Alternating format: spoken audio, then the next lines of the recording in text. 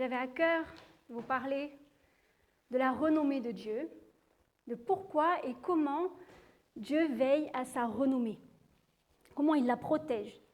En fait, on a tous une réputation ou une renommée, qu'elle soit plus ou moins grande, d'accord ?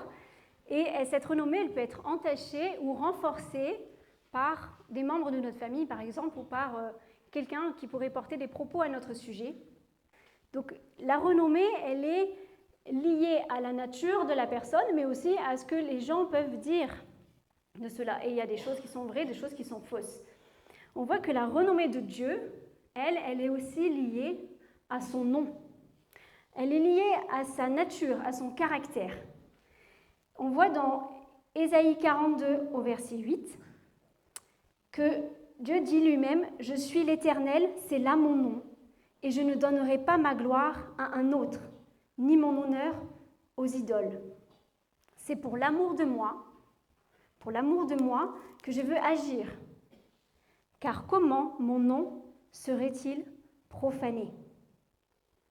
En fait, Dieu a un grand nom. Et là, on voit que son nom est lié à sa gloire, à son honneur, à sa louange. Et il va veiller à ce que son nom ne soit pas profané. Et il y a cette expression que Dieu agit, vous l'avez noté, pour l'amour de qui ? Pour l'amour de lui-même. Et ça peut être un peu surprenant. On peut se dire, mais nous, on dirait ça. On se dirait, on est orgueilleux, on est prétentieux, on est présomptueux. Et on va voir qu'est-ce que Dieu veut dire derrière cela. En fait, quand Dieu dit qu'il agit pour l'amour de son nom, il agit aussi pour la gloire de son nom. On veut dire pour la renommée de son nom. En raison de son nom aussi, pour la cause de son nom. Et qu'on voit que la valeur fondamentale qui est derrière cette expression, qu'on retrouve à peu près une quinzaine de fois dans la parole, c'est la valeur du nom de celui qui agit, qui est Dieu dans ce passage. En fait, le nom, c'est le reflet de sa nature, de son caractère, de ses qualités, de sa gloire, de tout ce qui fait qu'il est lui-même Dieu et qu'il n'est pas comme les autres. C'est pour ça que Dieu dit qu'il agit pour sanctifier son nom. On l'a dit ce matin. La sanctification, c'est sa perfection, le fait qu'il est absolument parfait, il est saint, mais il n'est absolument pas comme quelqu'un d'autre. On l'a chanté, nul n'est comme toi. En fait, c'est le fait que Dieu est mis à part, que son nom ne peut pas être associé à un commun des noms. Il est vraiment différent de tous les autres. Et Dieu va empêcher que son nom soit déshonoré. On voit dans Ézéchiel 36, Dieu parle à son peuple d'Israël qui a justement déshonoré son nom. Il dit qu'il a profané son nom parmi les nations par son comportement. Et Dieu va lui dire « J'ai voulu sauver l'honneur de mon saint nom. C'est pourquoi ce n'est pas à cause de vous que j'agis de la sorte. C'est à cause de mon saint nom que vous avez profané parmi les nations. Et je sanctifierai mon saint nom. » Ça veut dire qu'il va le mettre à part. Il va ramener l'honneur qui est lié à son nom, la gloire qui est liée à son nom.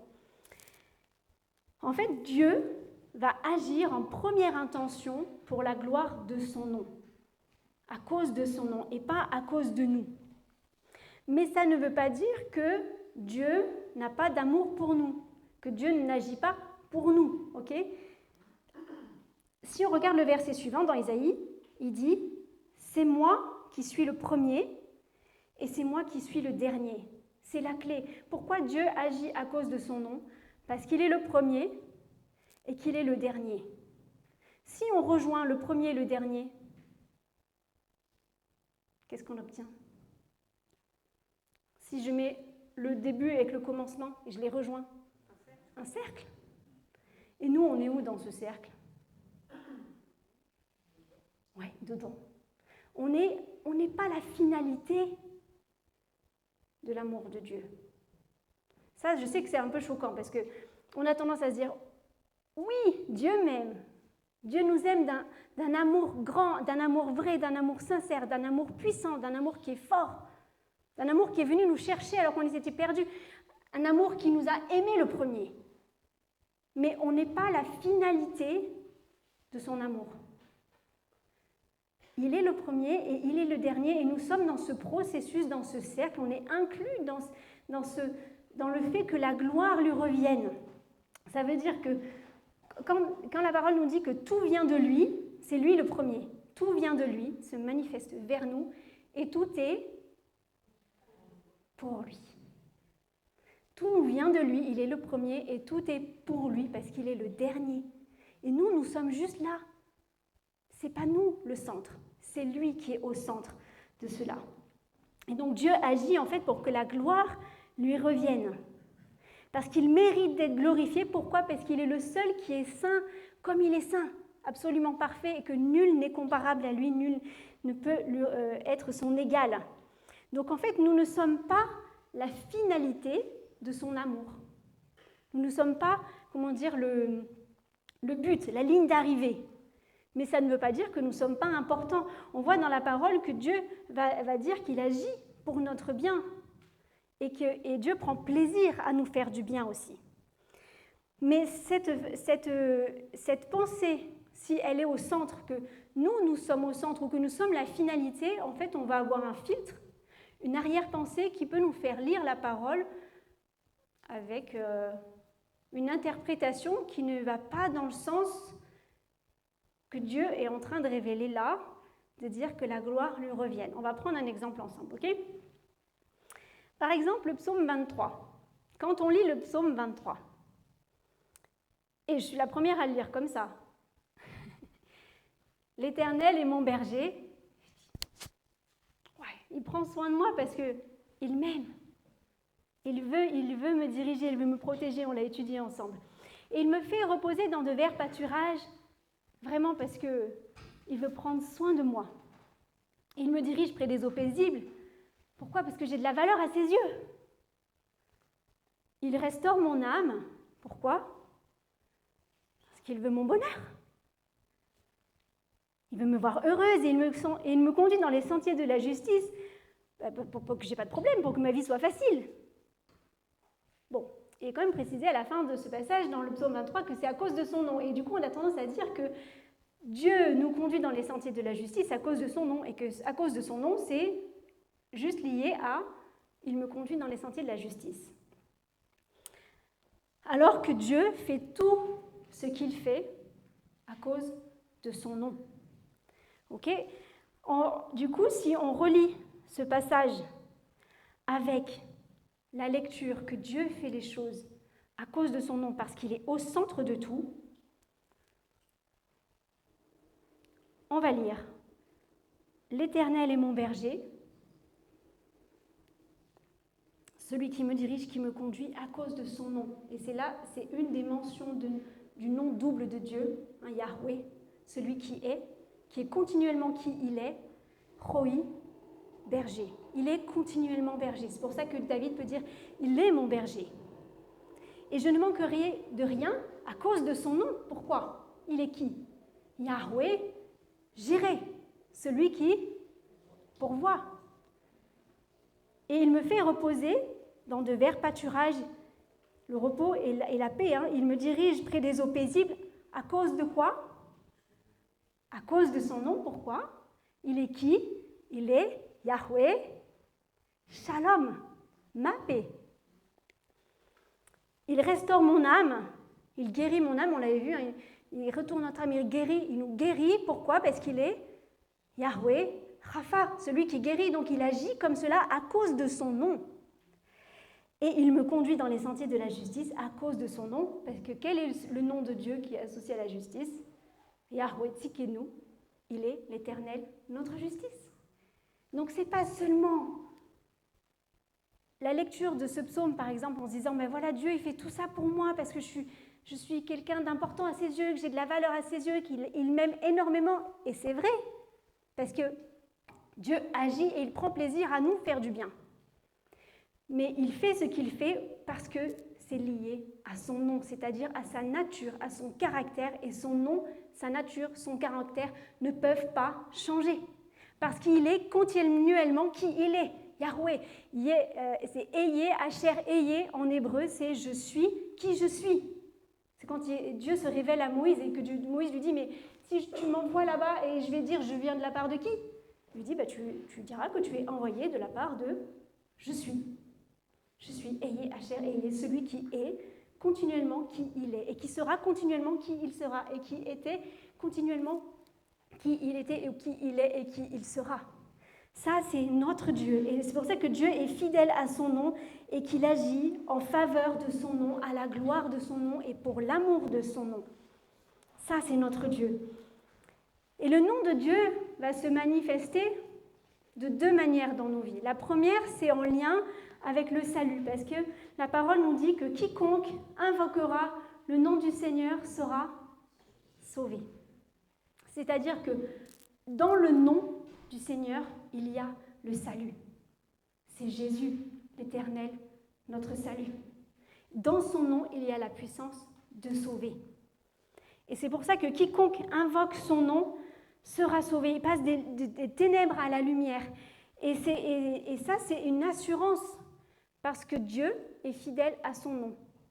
Et son nom, c'est pour ça qu'à cause de son nom, que nous sommes pardonnés. C'est ce que Jean nous dit au chapitre, dans la deuxième épître de Jean, quand il s'adresse aux petits enfants et lui dit « Parce que vous avez été pardonnés à cause de mon nom ». La deuxième manifestation du nom de Dieu, elle est liée à la manifestation de sa grâce dans nos vies. Quand Jésus nous dit « Si 2 ou 3 sont rassemblés en mon nom, je suis là au milieu d'eux ». Dieu est là, c'est Yahweh Shammah. Dieu est là, il est là. Et bien Jésus dit qu'en son nom, parce qu'il est l'Éternel qui est là, et bien si nous sommes rassemblés en son nom, ça veut dire en raison de son nom, ou pour l'amour de son nom, parce que notre intention est liée, de se retrouver est liée à son nom, et bien Dieu est là, parce que dans son nom, il y a le fait que Dieu est là. Il est avec nous. Et quand j'invoque le nom du Seigneur dans une situation particulière, et bien c'est le nom du Seigneur, lié à ses qualités, à ses attributs, qui va se manifester. Et Dieu est fidèle à son nom. Il dit que celui qui m'invoquera, je l'exaucerai. Donc c'est un encouragement vraiment aussi à connaître les noms de Dieu, à chercher quel est le caractère de Dieu, quelle est sa nature, qui il est. Parce que ce qu'il est et qu'il dit qu'il est, il le sera toujours. Et ça, c'est vraiment important dans chacune des difficultés qu'on peut traverser, dans chacune des épreuves, dans chacun des combats où on est là, c'est Seigneur. Comment toi tu veux agir là? Qui es-tu? Eh bien, il est celui qui dit qu'il est. Si j'ai besoin de mon berger, il est mon berger. Si j'ai besoin de sa présence, il dit qu'il est l'Éternel qui est là. Si j'ai besoin de justice, il est l'Éternel, ma justice, mon étendard. Ça, c'est sa nature et c'est son caractère. Et quand on prie dans le nom de Jésus, pourquoi il y a de la puissance? On l'a vu tout à l'heure, Nat nous l'a expliqué. Parce que c'est le nom qui est au-dessus de tout. Il a tout vaincu, il a vaincu la mort et son pouvoir. Et c'est pour ça que Dieu l'a élevé et qu'il a la plus grande renommée, qu'il est élevé au-dessus de tout autre nom. Alors Jésus dit dans Jean au chapitre 14, « Tout ce que vous demanderez en mon nom, je le ferai. » Pourquoi? Quelle est la suite du verset? « Afin que le Père soit glorifié. » Ça veut dire que Jésus lui-même répond quand on invoque son nom. Pourquoi? Pour que le Père soit glorifié, que la gloire revienne. En fait, j'ai envie de dire, on n'est jamais les destinataires finaux. Nous ne sommes pas le centre de dire. En fait, si ça se manifeste vers nous, c'est pour que ça lui revienne à lui. Ça, c'est vraiment c'est le point fondamental à percevoir ce matin dans ce qu'on voit ensemble. Parce que tout a été créé par lui et pour lui. Ça, c'est vraiment les deux principes de la création. C'est dans les mots hébreux au commencement d'eux. En hébreu, c'est Bereshit. Et dans Bereshit, il y a le Réchit, c'est la tête. Et le principe que c'est par lui et pour lui. C'est hyper intéressant, mais on ne va pas développer ça maintenant. Et donc tout ce qu'on demande par Jésus, en son nom, c'est aussi pour sa gloire. Et c'est aussi important de réaliser cela parce que souvent quand on est en détresse, on a tendance à demander vis-à-vis de notre souffrance, vis-à-vis de nos besoins. Et c'est la première, j'ai envie de dire, c'est la première chose qui nous fait nous pousser à Dieu. Et dans Job, il nous dit très bien que Dieu aussi permet que les situations soient difficiles pour que justement on se tourne vers lui, qu'on le recherche. Parce que sinon on aurait tendance à vivre sans lui. Mais c'est important de saisir qu'au travers de ce qu'on lui demande, qu'on ait cette motivation dans notre cœur, que tout ce que Dieu, on demande à Dieu et que ce qu'on va laisser Dieu faire au travers de nous, ce soit pour que lui soit glorifié. Parce que lui seul en est digne. Et en ayant conscience de cela, on va s'aligner avec ce que Jésus nous dit quand il nous donne un modèle de prière. Sermon sur la montagne, Matthieu 6. Qu'est-ce qu'il nous dit ? Vous devez prier ainsi. Notre Père, qui est dans les cieux, que ton nom soit sanctifié. Sanctifié, mis à part. Qu'il ne soit pas associé à d'autres noms, qu'il soit différencié des autres dans le sens qu'il soit élevé au-dessus des autres, qu'il soit mis à l'honneur, qu'il soit glorifié. C'est ça, que ton nom soit sanctifié. Et donc quand l'on prie, c'est ça que nous devons avoir à cœur. Que le nom de Dieu soit sanctifié et que son règne vienne. Il ne nous a pas dit, quand vous priez, faites l'étalage de vos problèmes et Dieu va se manifester parce qu'il vous aime. Oui, Dieu va se manifester parce qu'il nous aime.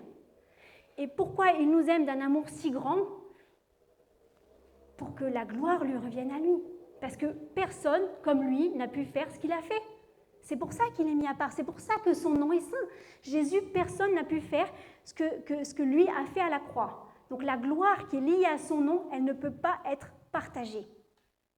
Une gloire qui est partagée, c'est quand la gloire, elle revient à deux personnes qui font à peu près la même chose. Si je prends un exemple.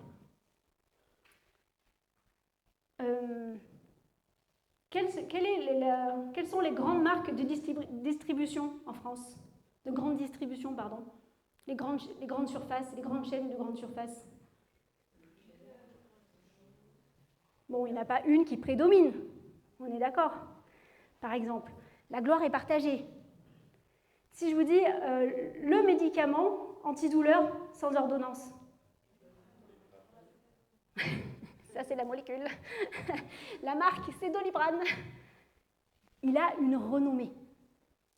Bon, elle est partagée un peu quand même, je vous l'accorde. Mais la seule gloire qui n'est absolument pas partagée, parce que personne n'a fait rien d'autre comme lui, c'est la gloire qui est liée au nom de Jésus. Parce que lui seul a vaincu la mort et son pouvoir.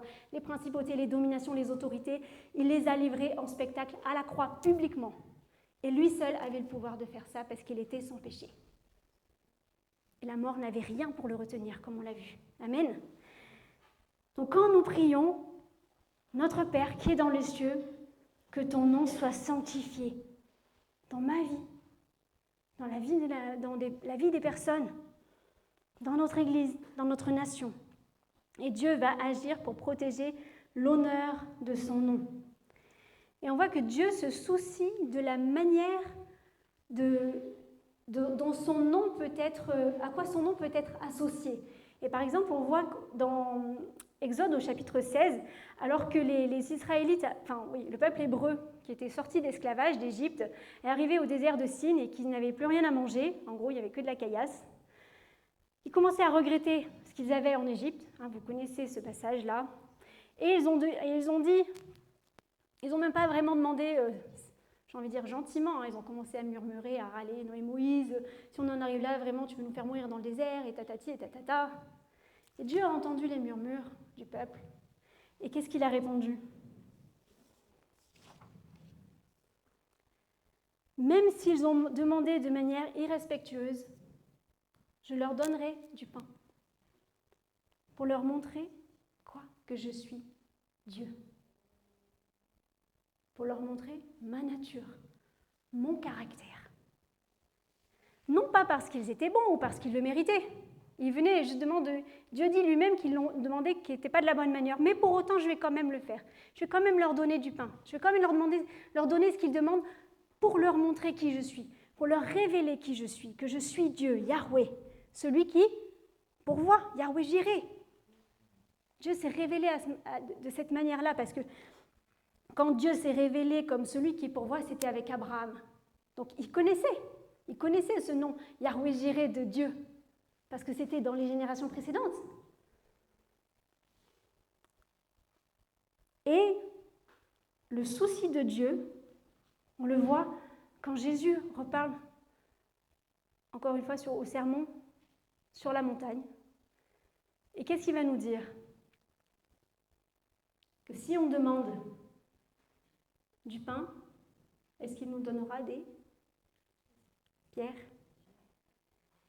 Alors qu'on est dans un désert et qu'il n'y a plus que de la rocaille à manger, et qu'on demande du pain, est-ce que Dieu nous laisserait manger les pierres? Est-ce qu'il nous laisserait mourir de faim là où nous sommes? Non. Il dit à combien plus forte raison, si vous, qui êtes de mauvais parents, vous ne donnez pas des pierres à vos enfants qui vous demandent du pain, moi, je ne le ferai pas. Parce que c'est lié à sa nature, à son caractère. Et Dieu est fidèle à cela. Son nom est associé à ses attributs, à ses qualités, à son caractère. Et Dieu est fidèle à son nom et Dieu agit pour la gloire de son nom.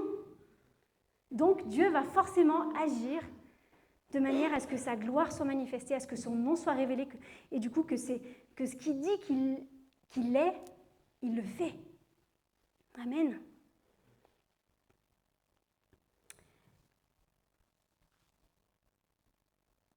Et en Ézéchiel 36, tout à l'heure, on en a parlé, quand Israël a déshonoré son nom et qu'il les a dispersés parmi les nations, Dieu dit lui-même, j'avais du souci pour mon saint nom. Il était inquiet parce que les autres peuples, qui étaient censés connaître le seul vrai Dieu au travers d'Israël, parce qu'Israël avait été mis à part, pour que les nations puissent voir au travers d'un peuple consacré le Dieu qui est le protecteur de ce peuple. Ce Dieu qui les a appelés à part, qui les avait choisis, qui les avait appelés pour sa gloire. Et en fait, en regardant le comportement d'Israël, ça a mené le déshonneur sur le nom de Dieu qui était lié à son peuple. Et nous, de la même manière, la manière dont on vit peut amener le déshonneur ou l'honneur à celui dont le nom est associé à ma vie, à celui dont le nom est invoqué sur ma vie. Et on peut voir cela en Église, à celui dont le nom est invoqué sur son peuple. Dieu nous a tous créés pour sa gloire. Et il nous a choisis pour sa gloire. Et est-ce que nous, aujourd'hui, j'ai envie de dire, on veut se réaligner avec ce fondement qu'on voit au travers de ce passage, de dire, ok, en fait, je ne veux pas vivre pour ma propre gloire, pour ma propre renommée, pour ma propre réputation, mais pour la renommée de mon Dieu, pour la gloire de son nom. Parce qu'il m'a appelé à cela. C'est-à-dire, c'est le but final vers lequel je cours. Je suis dans ce cercle, mais pour qu'en fait ma vie, elle vienne mettre à l'honneur celui qui est le dernier, celui à qui tout revient. Et j'ai envie de dire, au travers de ça, comme Israël était le témoin de la manifestation de Dieu, mais en fait, nous sommes aussi les témoins de la manifestation de Dieu et qu'au travers de nos vies, c'est le caractère de Dieu qui va se manifester. Et ça, j'ai envie de dire, encore plus aujourd'hui qu'avant, j'en sais rien, mais de toute éternité, les gens qui ne connaissent pas Dieu ont besoin de connaître qui il est et qu'au travers de nos vies, nous puissions être le reflet de son nom, de sa gloire. Et j'aimerais terminer sur le verset de Samuel où Dieu dit qu'il a un grand nom et qu'il n'abandonnera pas son peuple à cause de son grand nom, car l'Éternel a résolu de faire de lui son peuple. Et en fait, tout ce que Dieu fait, Il le fait à cause de son nom, mais par amour pour nous, parce qu'il a un vrai souci. Son amour est réel et son amour en fait a pour but de nous transformer pour que nous soyons à sa gloire. Et en fait on revient par rapport, on disait le premier et le dernier, à la création. Qu'est-ce qu'on a vu? On a été créé à sa ressemblance. Tout était saint, tout était glorieux. Le péché est arrivé et Dieu agit à cause de son nom. Et nous, dans ce processus-là, il nous saisit pour nous transformer, pour nous ramener au point final, que c'est ce que la parole nous dit, de réunir toutes choses en Christ, ce qui est sur la terre et ce qui est au ciel. On revient à ce qui était à l'original, quand on laisse Dieu transformer nos vies, qu'on se laisse saisir par lui.